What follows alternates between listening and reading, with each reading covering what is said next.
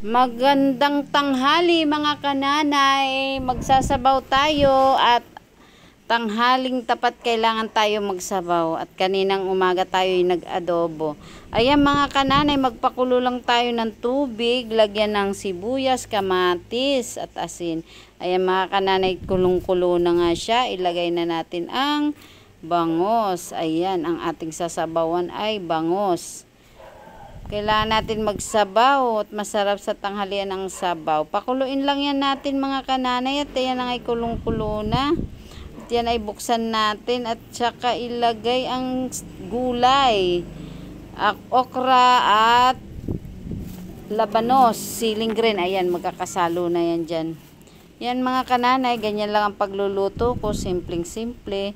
Ilalagyan lang natin ng mga ganyan para hindi masyado natin bantayan. At yan tutukan na lang natin ang ating ibang gawain. Ayan mga kananay, pakuluin at ayan na nga'y kulong-kulo ng mga kananay.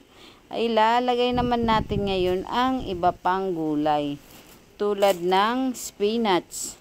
Ayan, hinahalo ko talaga sa sabaw na yan ang spinach. Para masarap. Ayan. Madami-dami ang gulay natin mga kananay sa sinabawang isda.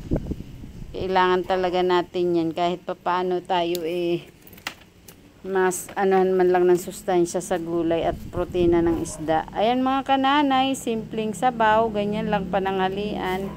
Masasarapan na yung aking mga chikiting sa simpleng ulam na yan. Ayan, takpan lang natin yung mga kananay, isang kulo lang. At may ilalagay pa tayo dyan na malunggay mga kananay, kulong-kulo na siya.